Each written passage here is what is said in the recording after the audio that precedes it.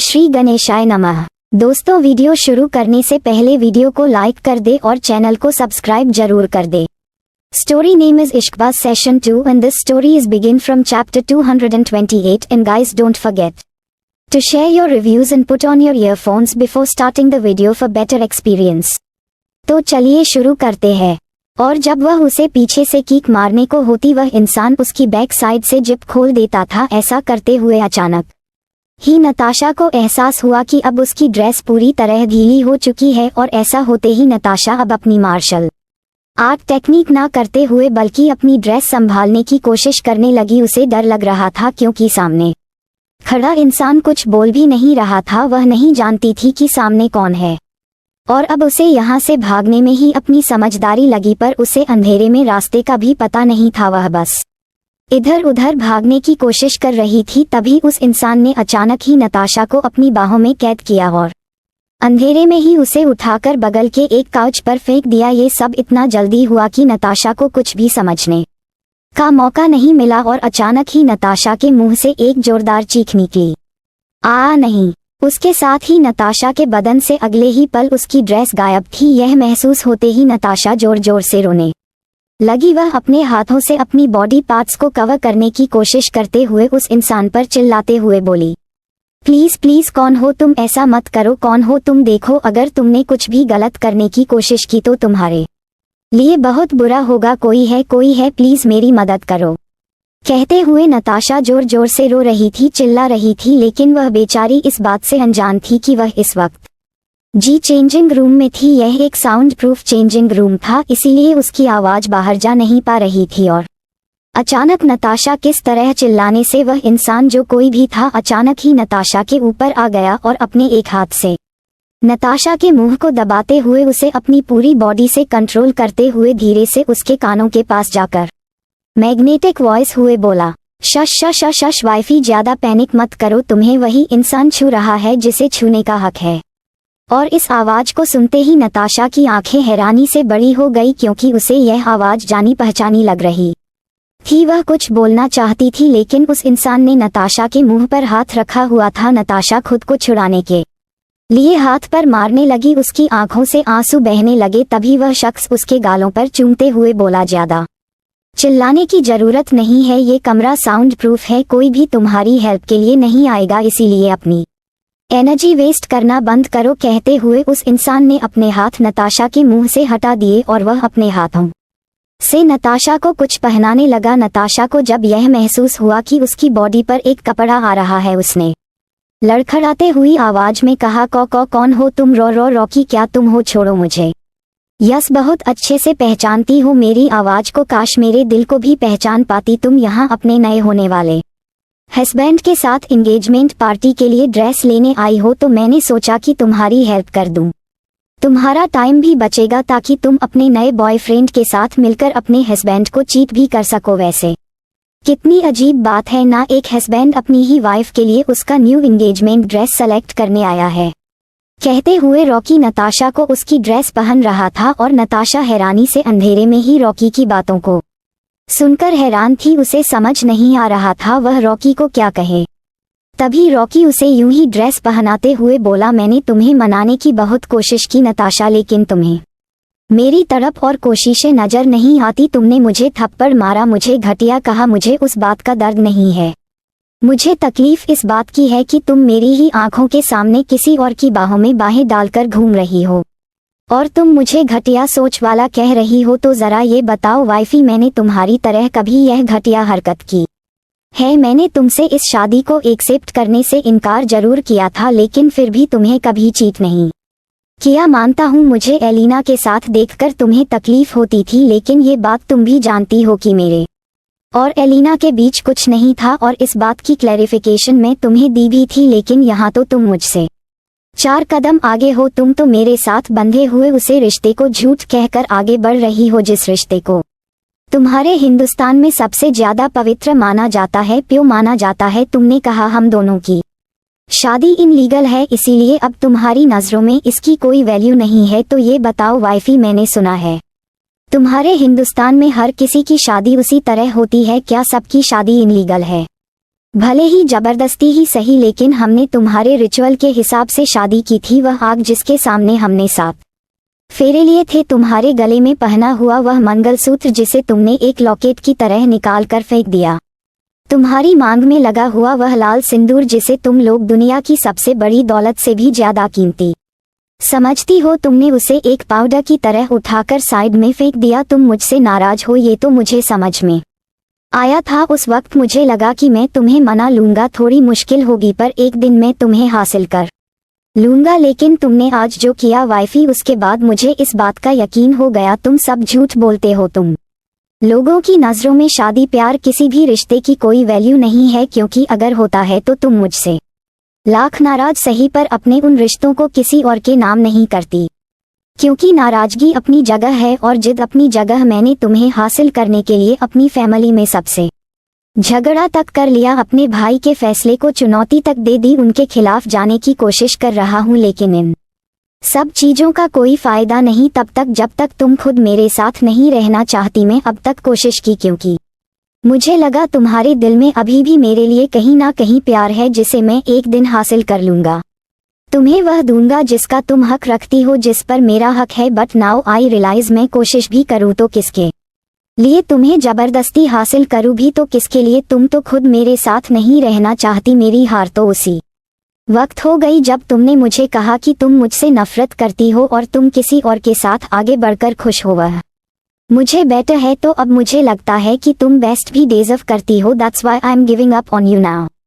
तुम्हें शादी करनी है ना किसी और से, ठीक है वाइफी तुम करो, अब मैं तुम्हें नहीं रोकूंगा। तुम्हें जिसके साथ आगे बढ़ना है बढ़ो, क्योंकि अब मुझे एहसास हो चुका है कि यह सब करना बेकार है जब तुम मेरे साथ रहना ही नहीं चाहती, जब तुमने मेरी जगह ही किसी और को दे दी है। मैं किसी को तब तक मनाऊं ना जब तक वह नाराज है, लेकिन जब वह मुझसे नफरत ही करने लगे और मुझसे रिश्ता ही तोड़ना चाहता है तो मैं कोशिश करूं भी तो किसके लिए। इसीलिए जाओ वाइफी, तुम मेरी तरफ से आज़ाद हो। बस एक रिक्वेस्ट है मेरी तरफ से, यह आखिरी तोहफा एक्सेप्ट करो और इस एंगेजमेंट ड्रेस को पहनकर अपनी लाइफ में आगे बढ़ो, क्योंकि अब मैं तुम्हारे रास्ते को रोकने के लिए नहीं आऊंगा। लेकिन एक बार आखिरी बार कहना चाहता हूँ, आज के बाद मैं जो करूँगा उसके लिए तुम मुझे बेवफा होने का ब्लेम नहीं दे सकती, क्योंकि इसकी शुरुआत तुमने की है। मैं हमेशा से तुम्हारे लिए लॉयल था, तुम्हें अपनाया नहीं लेकिन किसी और की तरफ गया भी नहीं। हमारी बातें, हमारी टेंशन हमारे बीच थी, लेकिन इसमें फैमिली को तुम लेकर आई हो, तो अब हमारे बीच जो कुछ भी खत्म हुआ है उसकी जिम्मेदारी भी तुम्हारी है। बेस्ट ऑफ लक वाइफी तुम्हारी आने वाली जिंदगी के लिए।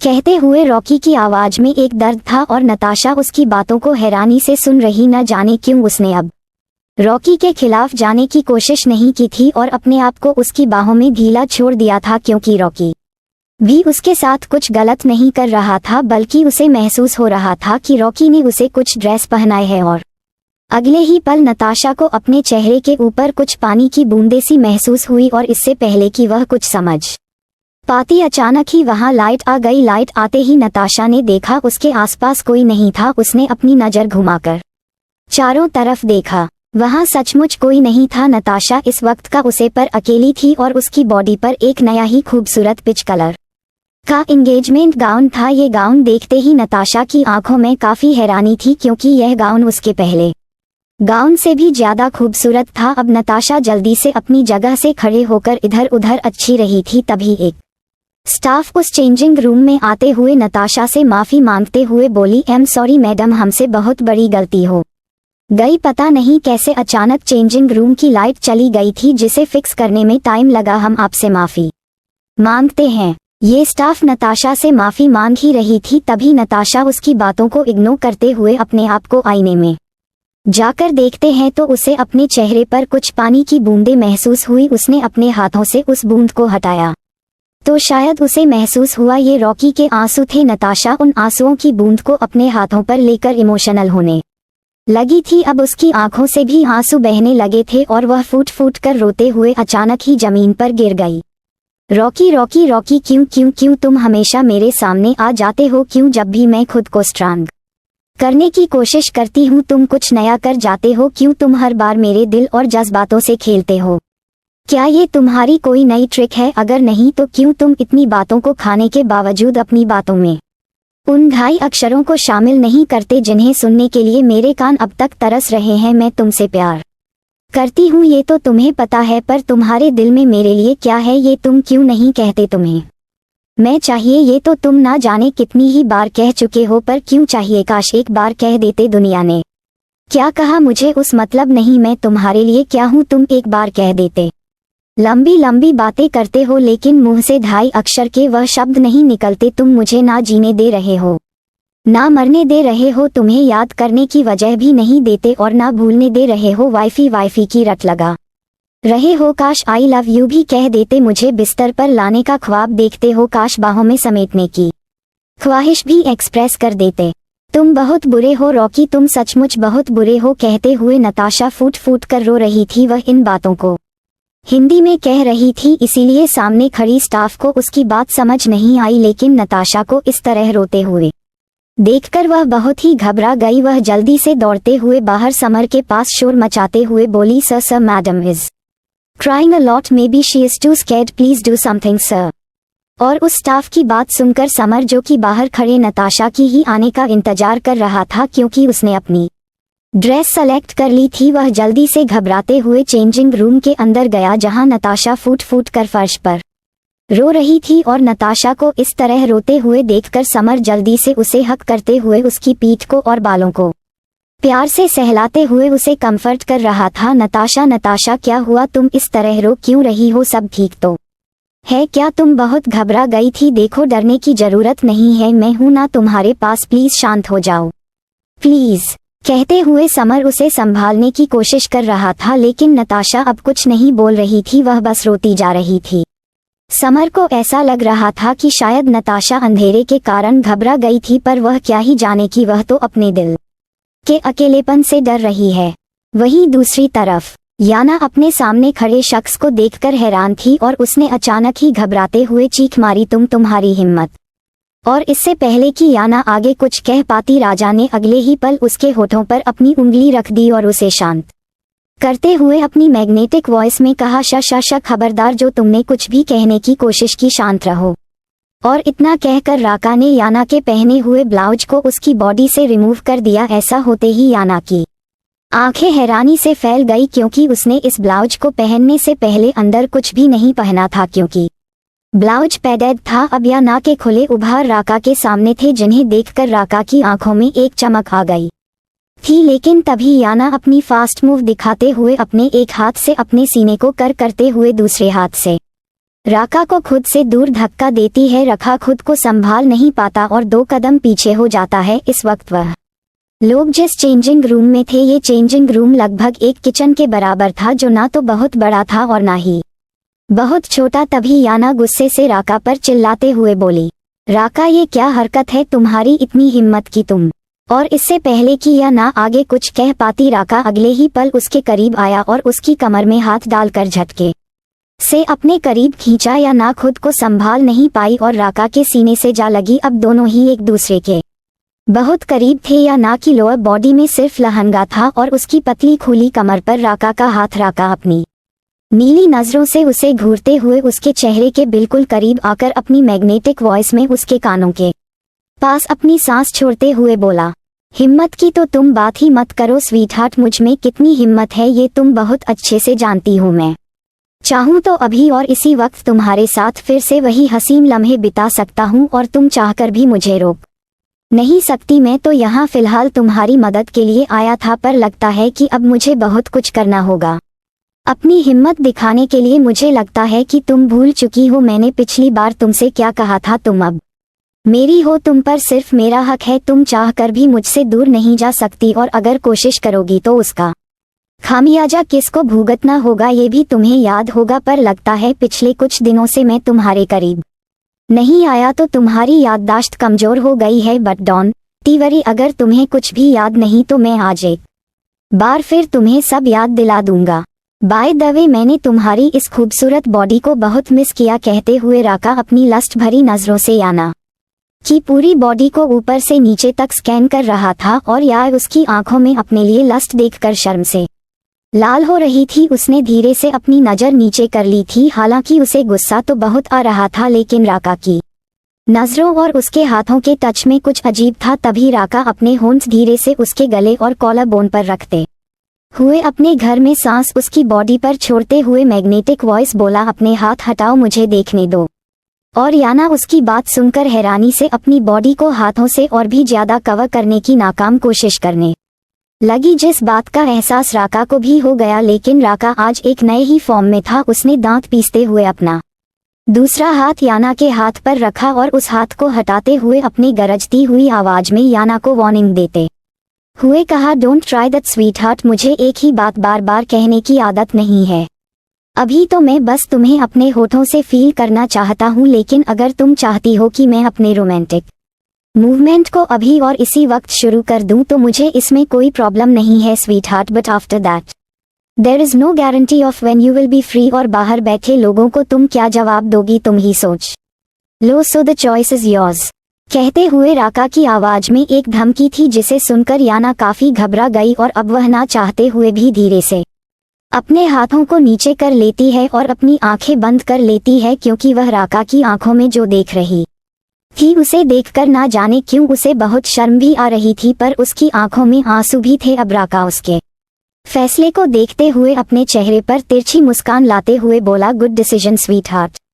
कहकर राका ने अपने एक हाथ को उसके खुले उभार पर रखकर अपने होंठ उसके होठों से जोड़ दिए और अब वह उसे किस करते हुए याना की बॉडी को अपने हाथों से सहला रहा था। याना ने अब उसे रोकने की कोशिश नहीं की, बल्कि उसे उसकी मनमानी करने दी, क्योंकि अब उसके पास कोई और चॉइस नहीं थी। उसके हाथ अपने आप ही राका के कंधों पर चले गए और राका देखते ही देखते उसे काफी पैशनेट किस करने लगा। धीरे धीरे बॉस के लोअर लिप्स को शक करते हुए उसे स्मूच कर रहा था। उसके हाथ लगातार याना के सीने को काफी प्रेस कर रहे थे, जिसके कारण न चाहते हुए भी याना की सिसकियां निकल रही थी।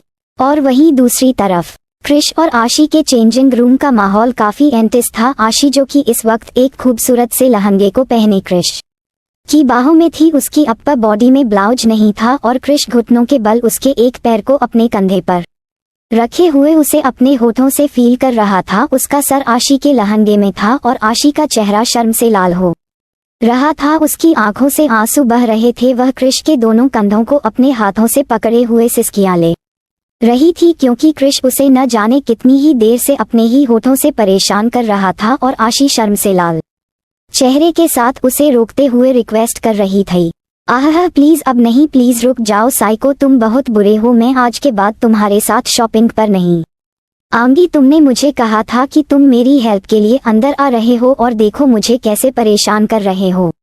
घर पर भी परेशान करते हो, यहाँ भी प्लीज साइको रुक जाओ ना, कोई आ जाएगा। कहते हुए आशी सिसकियां भरते हुए क्रिश को रोक रही थी। उसे काफी डर भी लग रहा था और क्रिश जो कि न जाने उसे कब से परेशान कर रहा था, उसे इस तरह रोते हुए देखकर अचानक ही उसे उस एरिया पर बीते कर लेता है। आह साइको नहीं, प्लीज काटो मत, छोड़ो मुझे ए।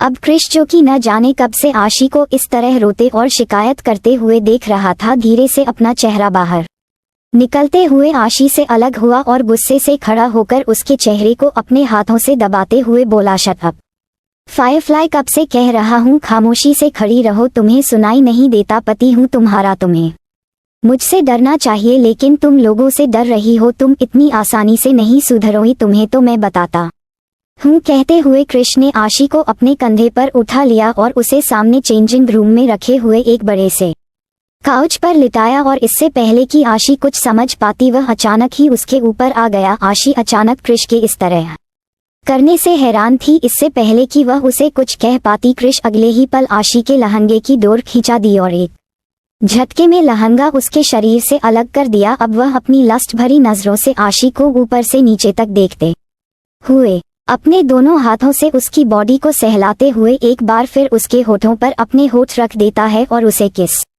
करना शुरू कर देता है। और अब आशी जो कि घबराते हुए भी यह समझ चुकी थी कि अब क्रिश नहीं रुकने वाला, उसने फाइनली उसे अपने से दूर करना छोड़ दिया और अपने आप को पूरी तरह उसकी बाहों में सौंप दिया। क्रिश आशी के होठों पर किस कर रहा था और आशी ने अपने दोनों हाथों को उसके बालों में चलाना शुरू कर दिया था।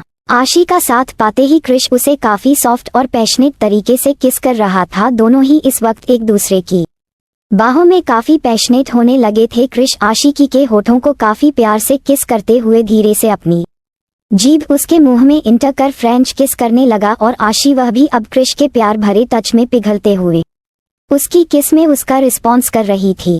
क्रिश उसे काफी डीप शक करने लगा था और आशी सिसकियां भर रही थी। क्रिश के हाथ आशी के सीने से प्रेस कर रहे थे, उन्हें मसल रहे थे, जो महसूस करते हुए आशी मचल रही थी। वह पूरी तरह बेचैन हो गई थी क्रिश के टच के साथ। अब उसकी बॉडी भी रिएक्ट करने लगी थी। लगभग 10 मिनट की किस के बाद आशी की सांस फूलने लगी थी और अब उसने धीरे से क्रिश के सीने पर हाथ रखकर उसे खुद से दूर पुश करना शुरू कर दिया। क्रिश को भी इस बात का एहसास हो चुका था। उसने धीरे से आशी के होठों को अपने होठों से आजाद किया और अब उसने अपनी होंठ धीरे से आशी के गले और कॉलर बोन पर रखते हुए नीचे की तरफ आना शुरू कर दिया। क्रिश आशी को वेट किस कर रहा था, जिसके कारण आशी की सिसकियां लगातार निकल रही थी। वह अपनी उखड़ती हुई सांसों को संभालने की कोशिश कर रही थी। वह काफी लंबी लंबी सांस ले रही थी। उसके हाथ अभी भी क्रिश के बालों में चल रहे थे और अब क्रिश धीरे से उसके सीने तक आया। क्रिश काफी एक्साइटेड हो चुका था। उसने आशी के सीने को अपने मुंह में लेकर शक करना शुरू कर दिया और दूसरे हाथ से वह उसके सीने को अभी भी प्रेस कर रहा था। आशी पूरी तरह बेचैन हो चुकी थी। अब क्रिश भी खुद से कंट्रोल करना मुश्किल हो रहा था। वह कुछ पल के लिए आशी से दूर हुआ और उसे ऊपर से नीचे तक अपनी आंखों से स्कैन करते हुए जल्दी से अपने शर्ट के बटन खोलने शुरू कर दिया। आशी, जो कि आंखें बंद किए हुए क्रिश को फील कर रही थी, क्रिश के होंठ अपने ऊपर ना महसूस कर उसने जल्दी से अपनी आंखें खोलकर देखा तो क्रिश की एक्साइटमेंट देखकर वह हैरान रह गई और अब वह समझ चुकी थी कि क्रिश क्या चाहता है। यह महसूस होते ही आशिकी के हाथ पैर कांपने लगे। वह काफी घबरा गई। वह जल्दी से अपना सलाइवा गटकते हुए क्रिश को रोकते हुए बोली, साइको प्लीज नहीं, देखो ये पब्लिक प्लेस है, यहाँ किस तक तो ठीक है, पर ये सब ठीक नहीं है।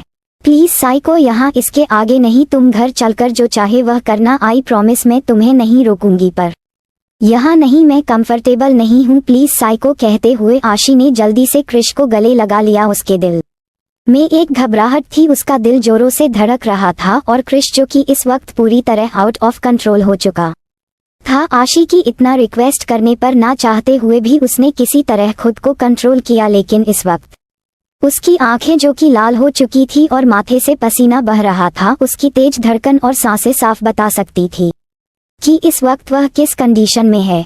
क्रिश अगले ही पल आशी से अलग हुआ और फ्लो पर गिरा हुआ लहंगा उसे वापस पहनाकर उसे लहंगे का ब्लाउज पहना देता है और अब वह एक पल की देरी न करते हुए आशी को अपनी गोद में उठाकर वहां से तेज कदमों के साथ निकलने लगा। कुछ ही देर में आशी ने जब यह महसूस किया कि क्रिश उसे मॉल से बाहर ले जा रहा है तो वह हड़बड़ाते हुए क्रिश से बोली, अरे साइको, ये तो मुझे कहाँ ले जा रहे हो? नहीं नहीं नहीं, मुझे अभी घर नहीं जाना, मैं अभी शॉपिंग भी नहीं कि मुझे अभी बहुत सारा सामान लेना है और अभी और सारे घर वाले वह भी तो यही है। प्लीज साइको, मैं अभी घर नहीं जाऊंगी। ए कहते हुए आज ही बच्चों की तरह रोने लगी और उसके इनको देखकर क्रिश गुस्से से दांत पीसते हुए अपने कोल्ड चेहरे के साथ उसे देखते हुए बोला, शट अप फायरफ्लाई, अब कोई ड्रामा मत करना वरना मुझसे बुरा कोई नहीं होगा। तुम्हारी जरूरत का हर सामान तुम्हें मिल जाएगा, लेकिन फिलहाल मेरी जरूरत का ख्याल रखो, because I can't control my self any more. हबी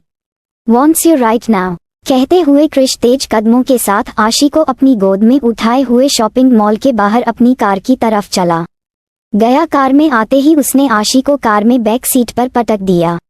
आहा, साइको की आवाज के साथ आशी घबराने लगी। क्रिश तुरंत ही कार का दरवाजा बंद किया और दूसरी तरफ से आते हुए उसने अपने पॉकेट से मोबाइल निकालकर एक मैसेज राका को सेंड किया और दूसरी साइड का दरवाजा खोलकर तुरंत ही गाड़ी में बैठ गया। क्रिश के बैठते ही ड्राइवर ने गाड़ी स्टार्ट कर दी और गाड़ियों का एक काफिला क्रिश और आशी के गाड़ी के पीछे सिक्योरिटी के लिए चलने लगा। अब क्रिश की घड़ी हवा से बातें कर रही थी। क्रिश तुरंत ही कार का पार्टीशन ऑन किया। ये सब इतना जल्दी हो रहा था कि आशी को कुछ भी समझ नहीं आया। वह तो बस क्रिश को देखकर घबरा रही थी। वह अपना सलाइवा गटकते हुए कार की सीट पर पीछे की तरफ दरवाजे के पास सरक रही थी, क्योंकि क्रिश की आंखों में वह अपने लिए डिजायर साफ देख सकती थी, जिसे देखकर उसे घबराहट के साथ बहुत शर्म भी आ रही थी। Play the high sound beautiful music, कहते हुए क्रिश की ठंड वॉइस कार में गूंज उठी। क्रिश के ऑर्डर को सुनते ही ड्राइवर नहीं समझदारी दिखाते हुए तुरंत ही कार में एक खूबसूरत और रोमांटिक म्यूजिक प्ले कर दिया और इससे पहले कि आशी उससे थोड़ा भी दूर हो पाती कृष ने अगले ही पल उसके दोनों पैरों को पकड़कर झटके से अपने नीचे खींचा। My love don't try to go away from me come to me कहते हुए कृष की आवाज काफी ठंड लग रही थी। उसकी आवाज में एक तड़प थी जैसे वह अंदर ही अंदर एक जलन को महसूस कर रहा था और इससे पहले कि आशी खुद को संभाल पाती कृष उसके ऊपर टूट पड़ा था। आहा साइको प्लीज शट अप अब दोबारा नहीं फायरफ्लाई। और कुछ ही पल में आशी की सिसकियां कार में गूंज रही थी। हालांकि कार में साइलेंट पार्टीशन था और ड्राइवर ने समझदारी दिखाते हुए कार में एक हल्का लाउड म्यूजिक ऑन कर दिया जो अब कार के माहौल को काफी रोमांटिक बना चुका था।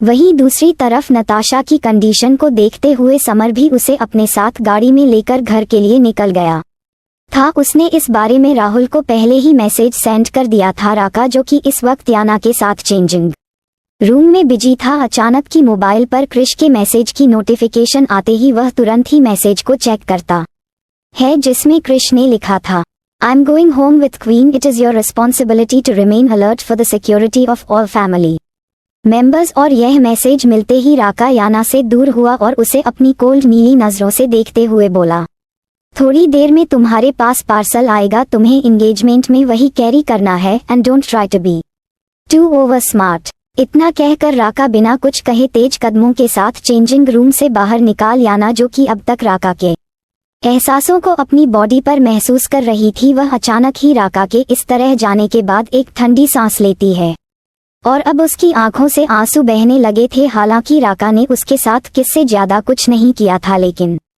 इसके बावजूद उसे ये सब काफी अजीब लग रहा था क्योंकि उसकी पूरी बॉडी पर राका की मौजूदगी एहसास थे। अभी कहानी जारी रहेगी। So don't forget to share your review and comment your best part of an story. और अगर आपने अभी तक हमारे चैनल को सब्सक्राइब नहीं किया तो कृपया इसे सब्सक्राइब करें और बेल आइकन पर क्लिक करें ताकि आप हमारी नई कहानी पहले पा सके। And if you like my story so comments your feelings with heart emoji. तो मिलते हैं नेक्स्ट वीडियो, तब तक के लिए राधे राधे।